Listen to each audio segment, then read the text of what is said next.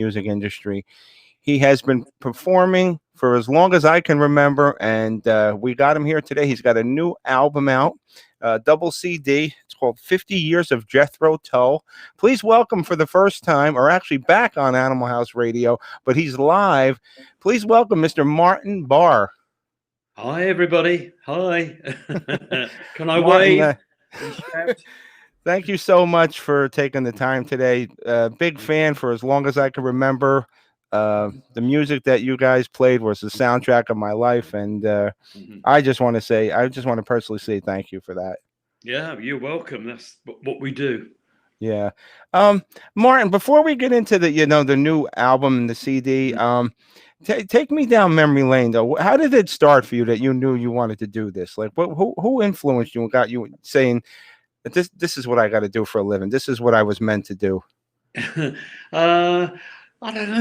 It wasn't a eureka moment. I was at college. I failed a year. I looked at all the other kids and thought I don't want to be like them. They were sort of dorks. I played a bit of guitar, and I thought, you know what, I'm going to drive up to London. I'm going to be a professional musician. So 2 weeks later, I came back from London without a job. But I tried again, and I ended up playing sax and guitar for soul bands, and we were the support band for Lee Dorsey, Benny King, the Drifters, the Coasters. Oh, wow. Yeah.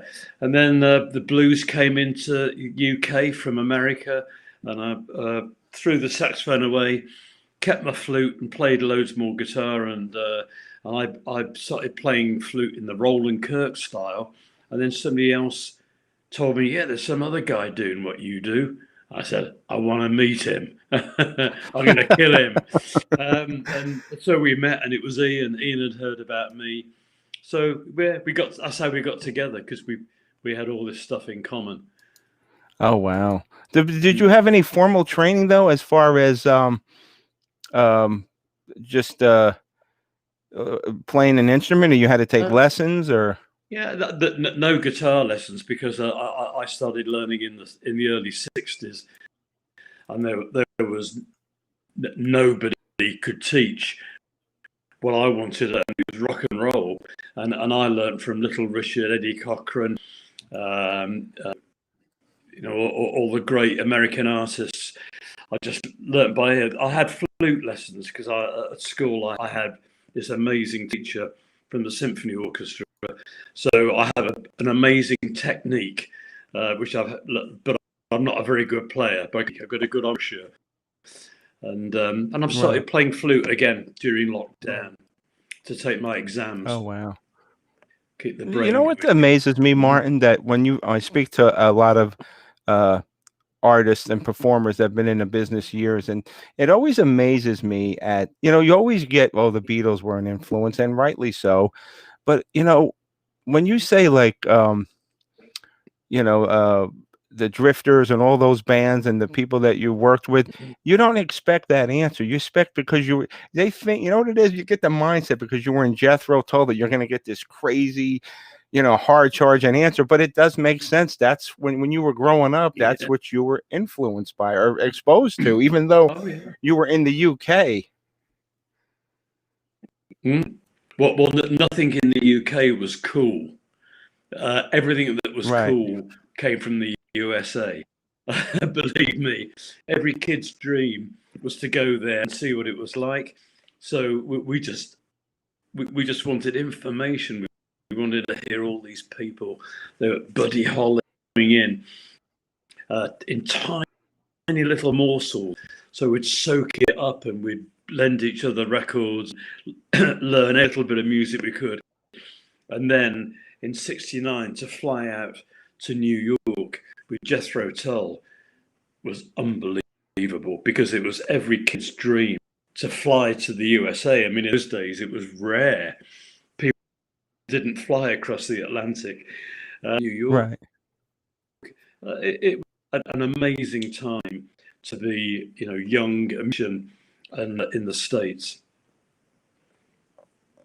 Yeah.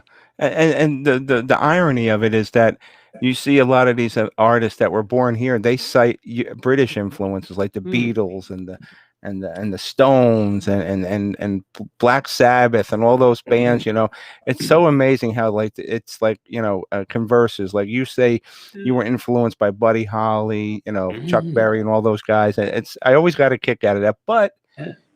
that was rock and roll. Yeah, well, the Beatles were that's where they got their inspiration from. Chuck Berry, Buddy Holly, but and it's and the irony is that us Brits sucked in all this American music and then repackaged it and then brought it back over to America. But Right. I always think you don't know what you've got. And I always tell Americans, you live in the most beautiful country on the planet. And they go, no, we want to come to Europe and see the mountains and the lakes. I said, you've got them. They're all there. You just got to go and find them. Yeah, It's they want to come across the pond, as they say, right? Yeah, I mean that very often the thing you're looking for is right under your nose, and you never knew it. I grew up listening to Jethro Tull on AM radio, and then on into the 80s at FM radio, and that's got to be. I heard you have so many great stories, but that's got to be like the dream of a lifetime to be in a band like that. Yeah, when I first saw them play, it was exactly what I wanted to do. I just saw them in a club. Vic Abrams playing guitar, Ian playing flute, and all the things I've been doing the last 3 years. I just found what I was looking for, and in my mind, even though the job wasn't up for grabs then, I just thought that is my band. Yeah, that's the dream. So when the job came up, I just thought, I don't know, I could say that it was meant to be, but I had to fight pretty hard to get that job. So yeah, I wouldn't say it didn't fall into my lap. I had to grab it. How did you even get on their radar to get a chance to do that? We met, we knew, as I said earlier, knew about our flute playing, and then we did a gig together in a blues club near where I live by coincidence. And we met, we got on well, and we chatted. And then, like a month later, Mick left the band. They couldn't remember my name. They couldn't remember the name of the band, anything. So they're on a mission to find me. And their manager, Terry Ellis, did it. He found me, and he found me we were quitting because we had no money. Nothing was happening for us. So our last gig, which was up in London, we were literally going to go home. I was going to go back to college. That's when he found me, and he gave me his business card, and he said, "Call me tomorrow." and I saw the butterfly logo. I thought, "Wow, I think I know what this is." It's just crazy coincidences. Yeah, and you said you were just about to pack it up and go home, huh? Absolutely, yeah. That was the last gig we were going to play. We'd given up completely. I mean, not willingly, but we had no money, and yeah. I hear. So you have a new album coming out. It's a double CD. It's called 50 Years of Jethro Tull. And reading from the press release, it's very interesting. You have the first CD, which is like you're doing live performances of Tull, but you're putting and you're doing both classic and deep cuts, but you're putting your own little spin on it. Yeah, it's my band. They're great musicians, and they've all been introduced to Tull's music through me, and they do it their own way. I don't tell them learn the record. I say listen to the record and let's play it, but let's play it like it's now, not 1969. Right. And so it's fresh. It's got energy, and they love the music, but they are phenomenal musicians. So it was a labor of love in every respect. When it comes to Jethro Tull's music, is that hard to? I don't want to say cover is a bad word, but when you want to do it, is it arrangement wise? Is it difficult, or is it? And what enhancements did you make your own on it that you Well, changed from the original? I'll share a secret with you. For me, it's not hard because I already know it. Right, right, For the other guys, it's a nightmare, and they're going, "What is? How do you do that? What's this? What? Why is there a 7/8 bar in the middle of this 5/8 with a 3/4 or something?" And they're going, and I'm going, "I don't know. It's just what we did." It's funny. I mean, I enjoy it because they're great musicians, and right, right. I look at them figure it out, which they do. But it's I've got 50 years of experience, and Right. I just tell people, whatever I am, good guitar player, bad guitar player, whatever. I know about Jethro Tull's music because I've lived the life, and I've Right, been right. there every step along the way. So I'm definitely an expert. Right. Well, it would definitely will qualify you as. And then the interesting thing is that the second CD is an acoustic CD. Yeah, yeah. Well, I've always figured that Ian's best writing was in his acoustic music, and some on a few albums I played flute, played acoustic guitar with him, but it was always a part of the Tull show. But mainly I was electric, Ian was acoustic. However, I've brought these songs into the live show that we play when we tour. And the last year we're in America in 2019, I brought the two girls on the road, Alex and Becca, and they do backing vocals, but we do this sort of 20-minute segment in the show where we play the acoustic songs, and it's just magic. That they're quiet, and after all that rock music and heavy drumming, it goes into this quiet breakdown, and the audience, they love it. It's so cool. Oh, It's a wow. great contrast. It's just the contrast, and that was what we always did. It was the dynamics were so extreme, and it took a while for the audience to sort of go crazy and then go really quiet. Right, right, It's right. hard work for an audience, but it's worth it, I think. Oh yeah, yeah. Then let me tell you something. They appreciate it because they love, and the amazing thing about the audiences today, Martin, is that, when you first started out was probably the late 60s, whatever. You're performing your first couple of months out with Jethro Tull, you're performing to like maybe the generation of that, one generation. Now if you perform, you got five and six generations. You got Mm. kids in the audience that are 12 years old, 15 years old, and their Yeah. grandparents listen to you. I mean, as a performer, how does that make you feel that they know your music? Yeah. Well, I love it. I love it. I think it's that there's no age in music. Look at BB King. Look at Count Basie. That there's no ageism at all. And I go into my local town and play with young kids. Jam in a band, and they're all they're all probably 18, 19, 20, but they don't look at me and go and think, why is this old man here? And I don't look at them and think they could be my grandkids. Right, right, right. Yeah. It's such a great level of music, and yeah, that's I've got the energy and the enthusiasm and the drive and the passion to stay with it, and I That's just love amazing to every hear. minute. Yeah. Yeah. You know what? When you made this, we're for those of you just joining us, we're speaking with Martin Barre of the Martin Barre Band, a legendary performer who was a fixture in the Jethro Tull.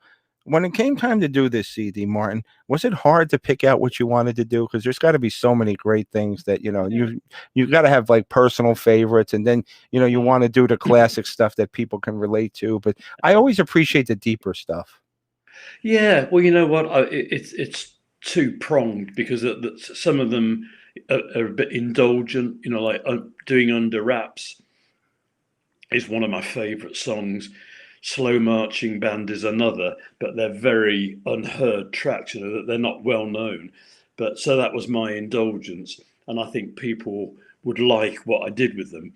Other tracks are hits, like teacher. But it's always got to be a mix of, you've always got to think about the audience, but then you've also got to think that you need to be doing the best job you can, and you've got to be inspired yourself, because people see through you.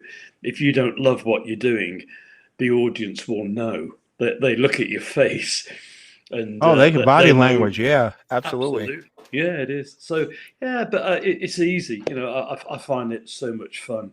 I can pick tracks out, and mainly they're sort of guitar driven songs. So like the old tracks were very guitar riffy styled music, so they suit me down to the ground, and a lot of people relate to that style of music. So it's great. You know, it's an easy job.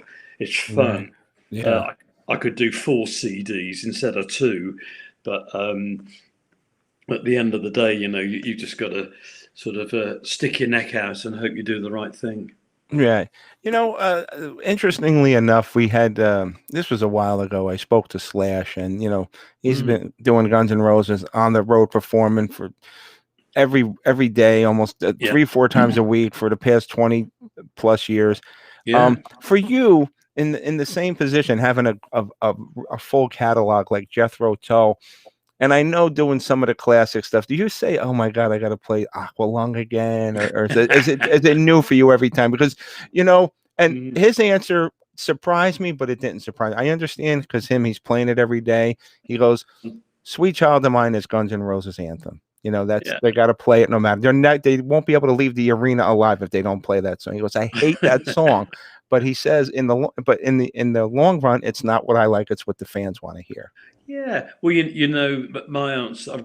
Well, I didn't play Aqualung for 5 years. When Toll finished, I thought, you know what, the cheap shot is go out on stage, Martin Barre band, Aqualung. Hey.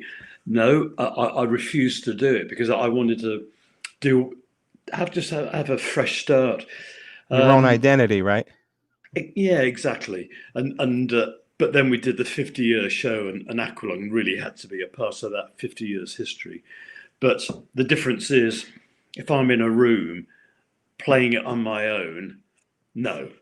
If I'm in a concert hall with 1,000, 2,000, 5,000 people hearing it, yes, Yes, yes. because they feed me the energy, which makes it enjoyable. I mean, it's a two-way conversation.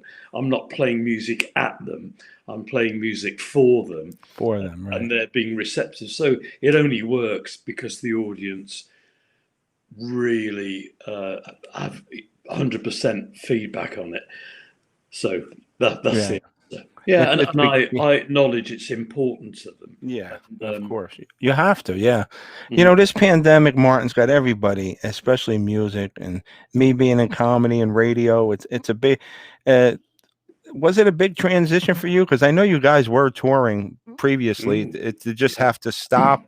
I mean, how are you coping with it? I mean, I would imagine that being having all this downtime would spur a lot of creativity on your part. Yeah, well, we were riding on the crest of a wave, not a crest of a nave, when it started.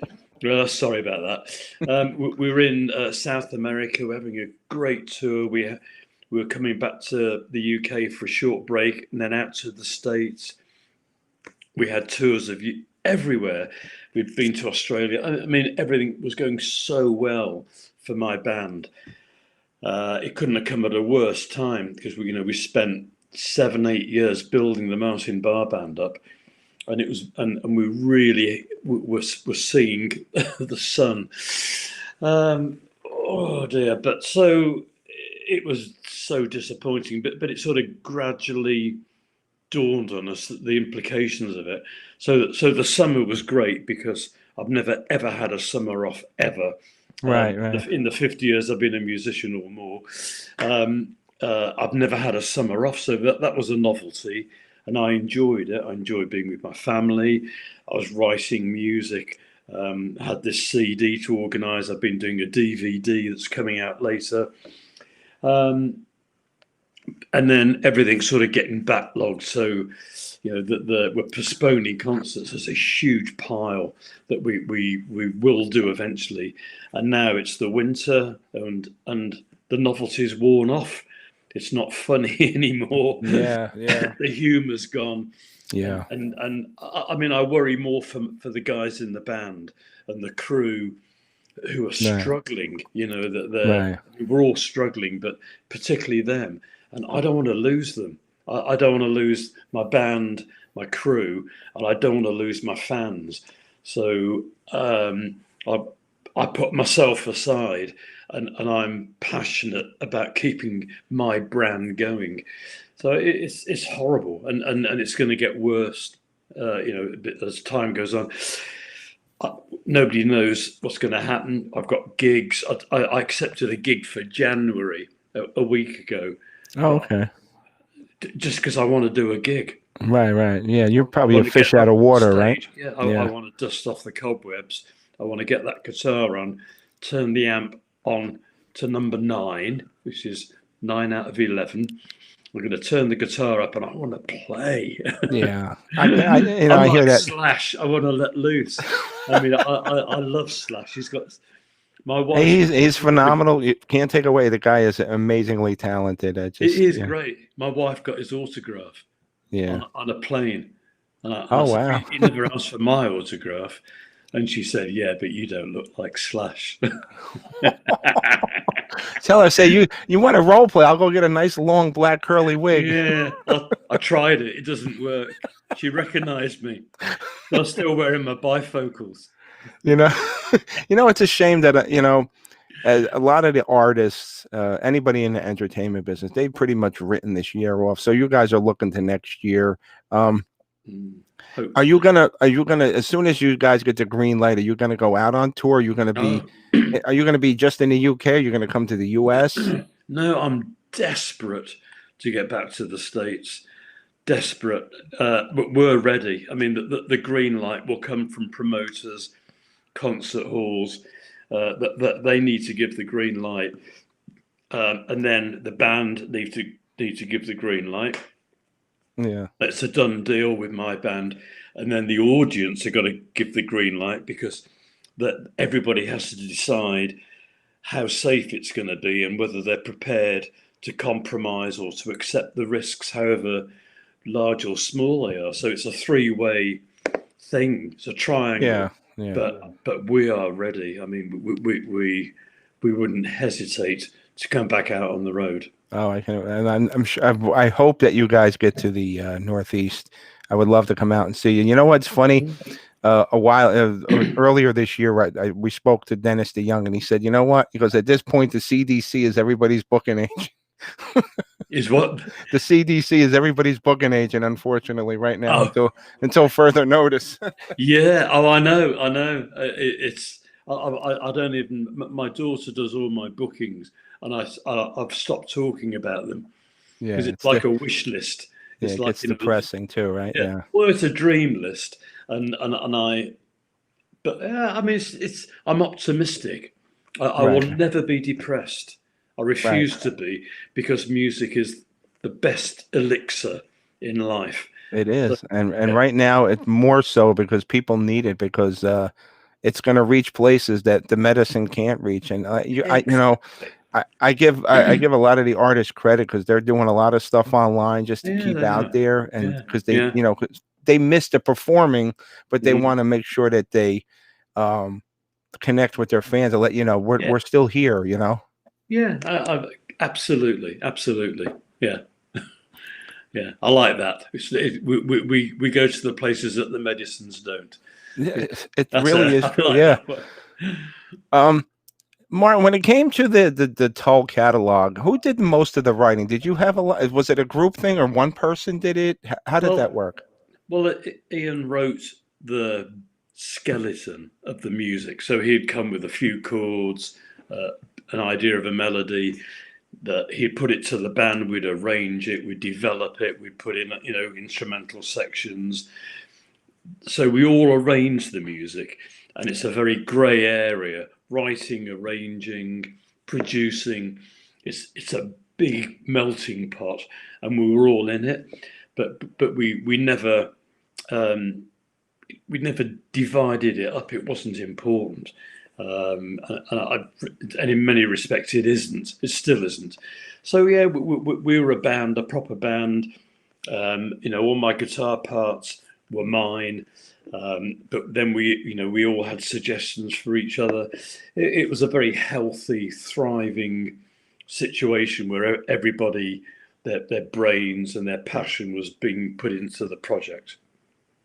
Yeah, that's the way it should be, I think, because a lot of times you hear that just one person is doing the writing, and yeah, I think um, artistically you're missing out by not including everybody, unless they don't want to be involved in the writing, because some people that there's musicians out there that can't write. They can play, but they can't write. But that being said, on your album, the double CD, 50 Years of Jethro Tull by the Martin Barre Band, the songs that you did, when you listen to the originals, what is different about your versions? You said you put some spins on it. What did you do differently? What is people going to hear differently when they?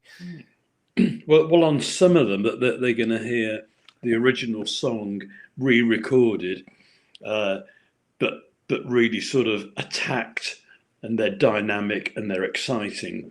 On other tracks, that they're just going to hear another ingredient put into it that really raises it to a level of, music now sounds great, it's played great. That has to be the where the bar is set for the quality, and I won't allow anything underneath that that definition of good music. So it's. And you have to remember that the guys in my band never played the music of Jethro Tull. The girls who sing the acoustic songs had never heard the songs. So it's like they learnt them for the first time. And that's how I want them to sound. I want them to sound like we got into a studio, we learnt a bunch of new songs, and we just put everything into them. But I think I'm lucky because that they're not dated, that the music doesn't sort of have that stamp of being 70s music or 80s music or 60s. I think it sort of goes through all these generations. Well, it transcends decades, absolutely. Yeah. It's Tull's music was one of the few that really did. A lot of artists can't make that claim, but still, like I said, like you get people coming out to the shows that they weren't even a twinkle in their parents' eye, and they're listening to your music. So it's definitely, but yeah, that's interesting that you said that. You don't, when you hear your versions of it, it doesn't sound like you're listening to a song from the 70s. No, I don't want it to sound, I don't like retro. I don't like cover band. These are all expressions that I don't want applied to me. Right. I just want it to sound like it's come fresh out the store. Right. Just Well, that's interesting. And the album, the CD is it's gonna be released on November 6th. Is that correct? Yes, that's right. Yeah. And if everybody listening wants to pick it up, where can they go, Martin? Well, the release is sort of everywhere, on sort of digital media. They'll find that pretty easily. But my website, martinbarre.com, has a link to it. And then I've got my solo albums are still there. DVD coming out for Christmas of a live show in the Wildey Theatre, Edwardsville, coming out. I've written a load of music for next year for another solo CD. I'm very. So we already got one. You're already working on something else now. That's great. Oh yeah. But I'm really proud of my solo albums, and that's where I'm flying the flag, because I want to be a music writer, a songwriter. I love all of that, and you asking about who put what into the songs. I think all of the original Tull people all had that motivation to write, to arrange, to produce. That there's so much pleasure to be got from writing a song. And you said a lot of musicians can't write. Well, I think they should. when you pick up an instrument for the first time, hand in hand, you should start writing music immediately. Right. So because it's part of what you do. Writing is so much fun, and Right. to put that, to ignore that side of music is a real tragedy, because it doesn't matter. It doesn't matter if it's bad. You're going to have to learn how to write music and write songs as much as you need to learn to play a guitar, but do them both because they help each other. No, I definitely agree. So we have the video here, and tell us about this video we're going to play. Palladio. Okay, so next year we're going to do an Aqualung show. Yeah, really, because it's 50 years of Aqualung, and someone said, "Oh, wow!" I hadn't realised. So, you know what? We're going to play the whole of the Aqualung album for the second set. But my God, which is a tune I've never played in the Martin Barre Band, has a big flute solo. Now I'm not going to do that. So I was looking for a piece of music we could use that would work. And I've always loved this piece of music by Carl Jenkins. It is like a really cool, young, classical composer. He wrote this piece of music for an advert, but I instead of an orchestra, it's guitars. Oh wow! All right, let's check it out.